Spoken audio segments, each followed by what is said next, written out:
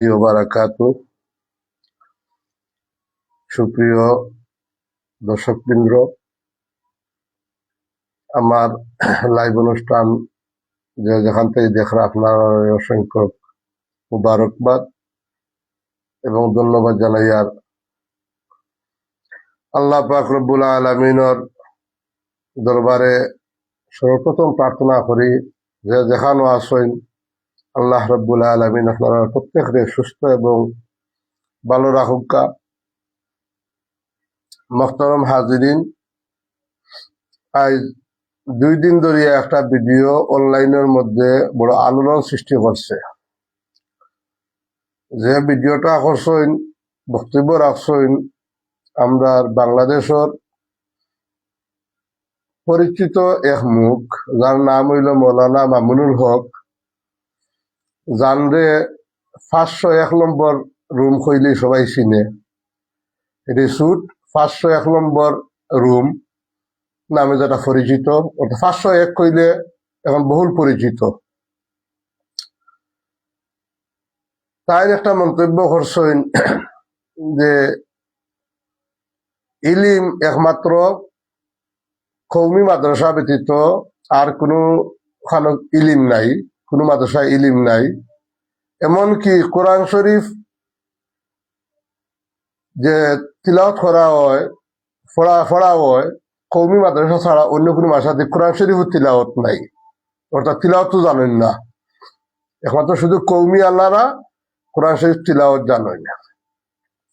এই কারণে শুধু কওমি আল্লাহ হইলে এটা আমার কাছে এটা শোভনীয় নাই, কারণ কওমির গোরানার অনেক হক্কানি আলিমন কিন্তু আসছেন। তাই শুধু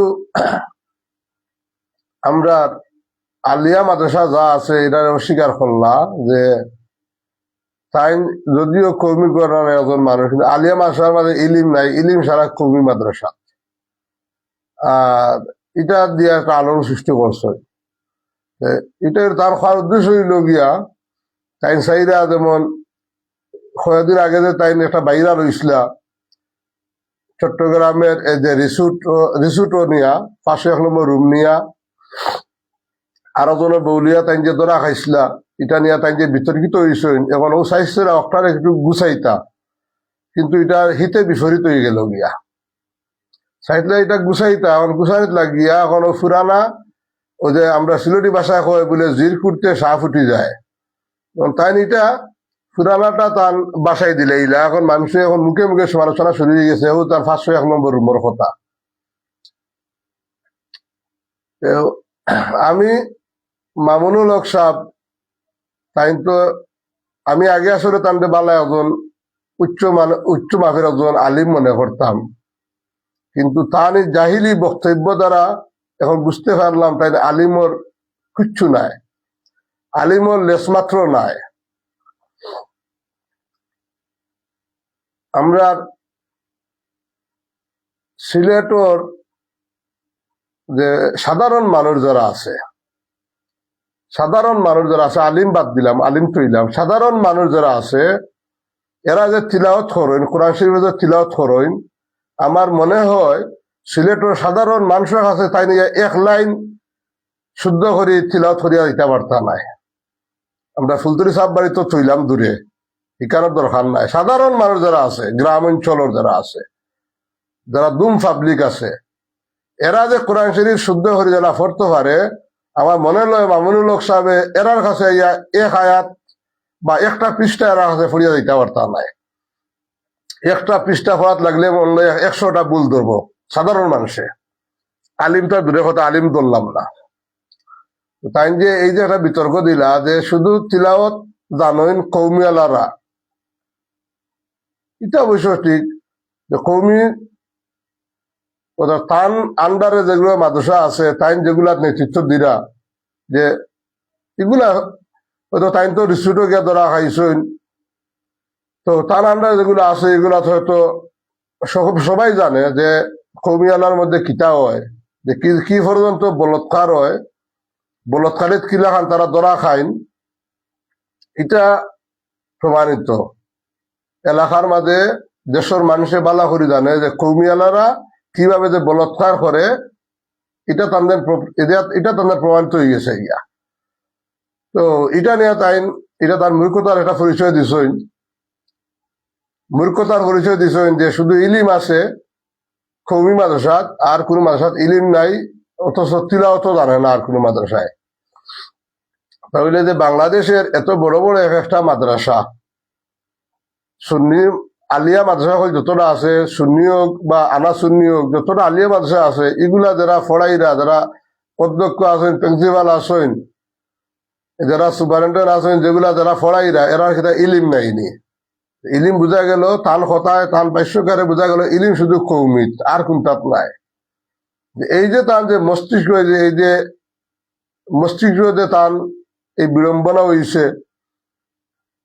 তার বক্তব্য দ্বারা, এটা জাতি হতাশাগ্রস্ত হয়েছে। তার বক্তব্যটা শুনিয়া যে আমরা নিজেও হতাশাগ্রস্ত হয়েছি। তার মুখ দিয়া এই কথাটা শুভনীয় নাই। তার বাপ একজন উচ্চ বাপের একজন আলিম আসলা। আমরা সবাই বাংলাদেশের সব মানুষ এটা স্বীকার করে।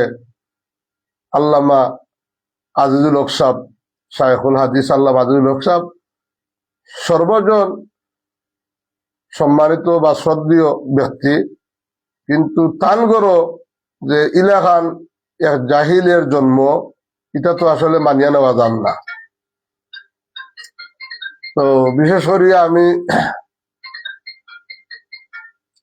আহ্বান করব যে মামুনুল হক সাহেব, আপনি আপনার এই বক্তব্যটা প্রত্যাহার করুকা। আর 501 রুমও যে দরা খাইছিলা, এটার লাগে আল্লাহর কাছে তবা করুকা। আর একজনের বৌলিয়া গিয়াদের দরা খাইলা, এটা তবা করুকা, তবা করি আল্লাহর কাছে মাফ চাউকা। কারণ এই যে একটা গাদ সৃষ্টি হয়েছে, দেশের মানুষ জানে আপনি মুখ দেখাইন কেমনে, আপনি বক্তব্য রাখেন কেমনে, আপনার কি হায়া শরম নাই, লজ্জা নাই একজোড়াতা? আশ্চর্যের বিষয়। এত বড় ঘটনার পরেও যে আপনি সমাজের মাঝে মুখ দেখাইরা, আপনি যে বড় বড় গলায় ওয়াজ হররা, ফতোয়াবাজি হররা, এটা তো আশ্চর্যের বিষয়।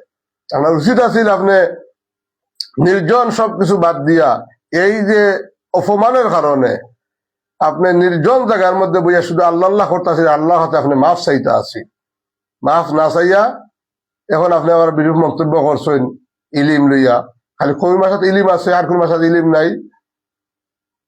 আমি উদাত্ত আহ্বান জানাইমু, যদি আপনি আমরা সিলেট আইয়া আলিমগুলোর কাছে হোক বা এমনি কোন মানুষের কাছে হোক, যদি আপনি একটা পৃষ্ঠা ফরিয়া দিতে পারেন, আপনারে ফুলর তুরা দিয়ে আমি শুভেচ্ছা জানাইমু। এত বড় আপনি কোরআন শরীফ ফন্নেওয়ালা হয়ে গেছেন গিয়া।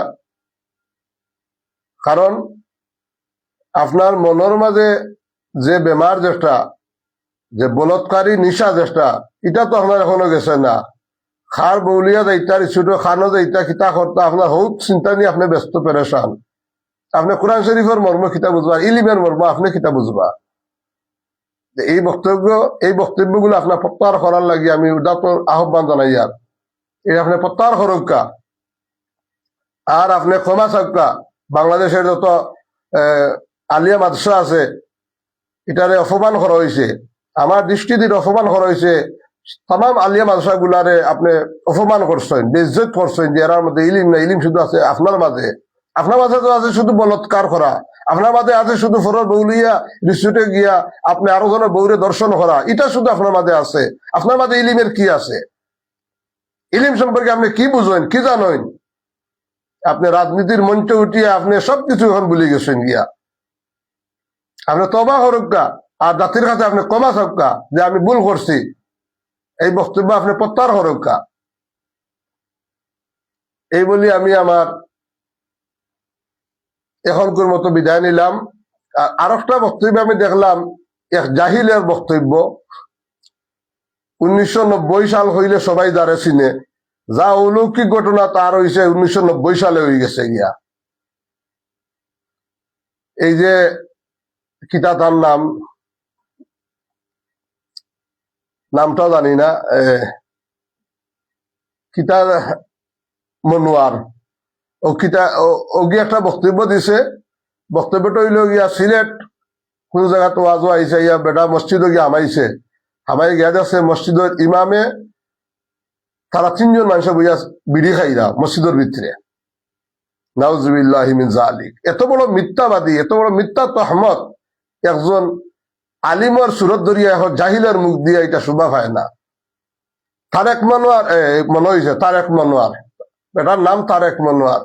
সারা ছবি তো মাশাল্লাহ দেখতে একটা আলিমের মতো দেখা যায়, কিন্তু এত বড় মিথ্যা তহমত আমার কাছে আছে, ভিডিওটা আমি রাখছি সেভ করিয়া।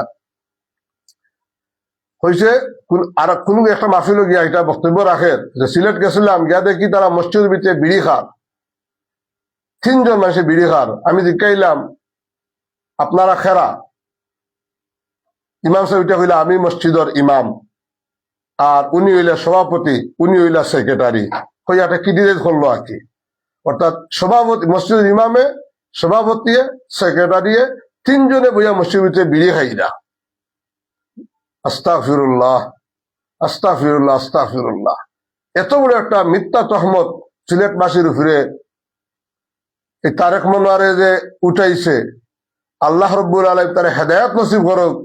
আর যদি হে তার বাফর গরর এক বাফর গরর যদি ওইয়া তাকে প্রমাণ করুক, সিলেট কোন মসজিদ হইয়া দেখলো যে মসজিদের ইমামে, সভাপতি, সেক্রেটারি এখানে বইয়া মসজিদে বইয়া তারা বিড়ি টান্না বিড়ি খাইরা।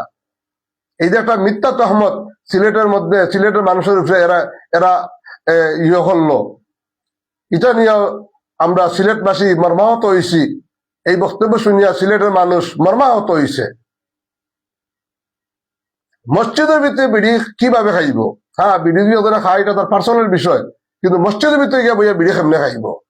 বেটা মসজিদে গিয়া হামাইছে ঢুকছে, গিয়া ঢুকিয়া দেখলো মসজিদের ভিতরে বিড়ি খাইরা। আশ্চর্য কথা, এত বড় মিথ্যাবাদী কাজ্জাব হলরে মানুষ আবার ওয়াজও আনে, এরা ওয়াজ মানুষে শুনে। আমি সিলেটবাসীর উদারত আহ্বান জানাইমু, এই সমস্ত কাজ্জাব হলরে বয়কট করা হোক সিলেটের জমিনে। এরা সিলেটের বদনাম শুধু ছড়ায়, কিভাবে সিলেটের বদনাম করা যায়, আন্তাজে ফাউল কথা একটা হইল, হইয়া সিলেটের বদনাম করলো। আল্লাহ রাব্বুল আলামিন আমরা প্রত্যেকের হেফাজত করুক, এবং এই কাজ্জাব হল মিথ্যাবাদী সকলের সহবত থেকে আল্লাহ আমরা দূরে রাখুক। আল্লাহ রাব্বুল আলামিন ঈমান এবং আমল হেফাজত করুক। ওয়া আখিরু দাওয়ানা আলহামদুলিল্লাহি রাব্বিল আলামিন। আসসালামু আলাইকুম ওয়া রাহমাতুল্লাহ।